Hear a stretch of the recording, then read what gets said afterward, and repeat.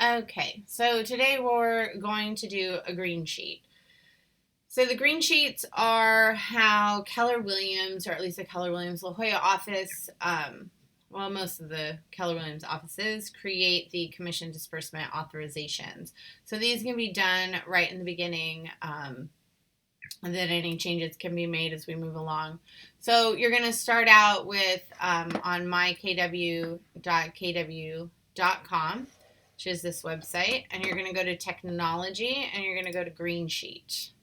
This will take you to the Greensheet page. So here you can either initial, submit, accepted. If you want to know if you created a green sheet because you're not sure, you can select all. This will give you all of the most recent green sheets. If it says DA created, that means that disbursement authorization was created. When you first do it, you will see that it'll say pending. So we're going to do create a green sheet. Are you the listing agent? We are never the listing agent. Because if you're logged in under my login, we're never the listing agent. Is this a KW listing? This is. We're going to do Nikki's on Conrad. So I'm going to show you one of two ways that you can do that. So if they have it in KWLS, which is where it just took us right now, then this will work. If they don't have it or it's expired, this won't work and we can do a workaround. So we're going to search. No matches found. All right. So that just means we need to go back to green sheets. We're going to log out of that. We're going to create a green sheet. Now we're just going to not be truthful. We're going to say, no, we're not the listing agent. Or we're going to say it is not a KW listing.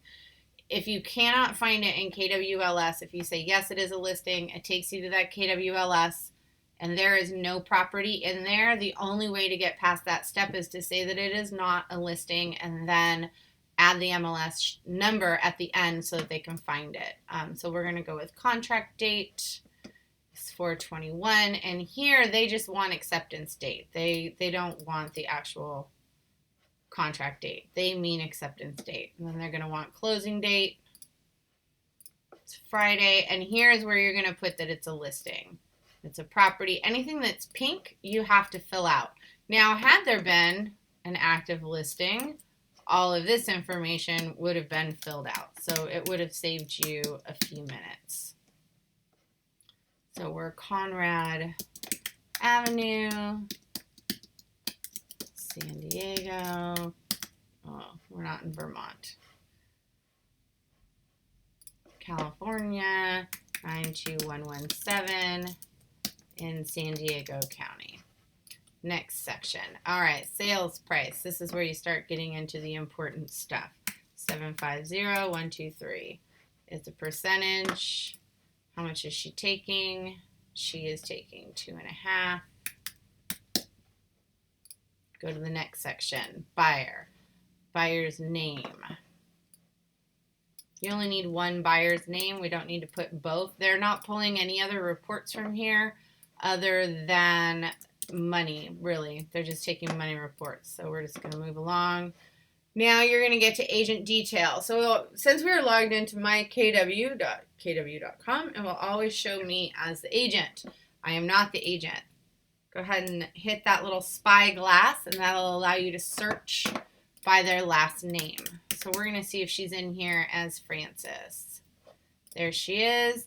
Same thing if it was Chad Trower. It always defaults to last name, easy to search. Even if you put in a couple of letters, then it will pull them in. If there are multiple agents on the same team or somebody else is getting a commission, that's where you could add agent B, you can add agent C, go on down the line. Since she's a single agent, we just put her as a lead agent. She's on the listing side. She's representing the seller.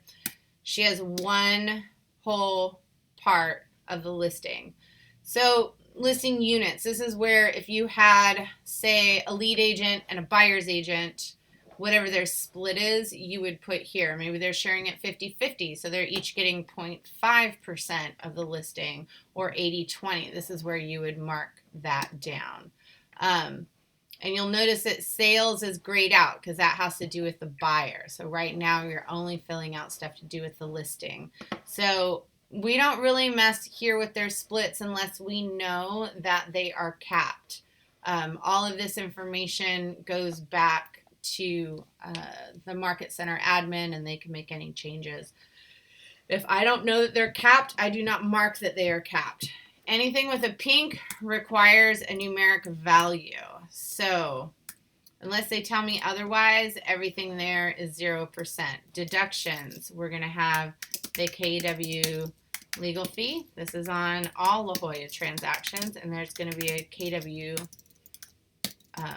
file fee, and that's $51 again on all transactions. And then you put Newton TC at 400. Any other deductions, again, anything with a pink needs something, and we're going to hit next section. Co-broker. I try to fill out as much as I can for the Market Center or for the team leader. This is what the team leader will use to call through. They will go ahead and call the agents on this list. So I at least try to give them some form of contact information there. So mortgage company, I want to say, who are we using here? Loan Depot. We'll type in here. There's a Loan Depot.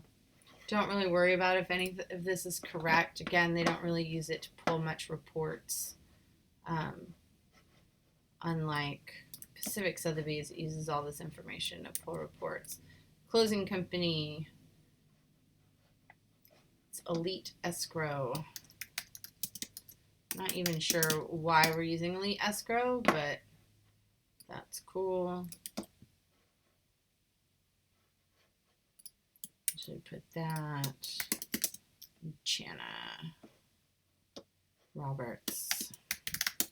Home warranty, you can put them or not. Not really worry about it. This is what's important though now is notes. We want to put that MLS number because they need that MLS number on all the listings. So we'll put that like there, throw that down like that. And we're going to submit to the MCA, hit submit, and it'll show partially accepted. So now when you go to the dashboard, it has all of these. If you go to all, you will see that this one is partially accepted. Once she pulls in and creates that commission disbursement authorization, it will show DA created. And that's it for Greensheets. Pretty straightforward, pretty simple. Thanks for watching.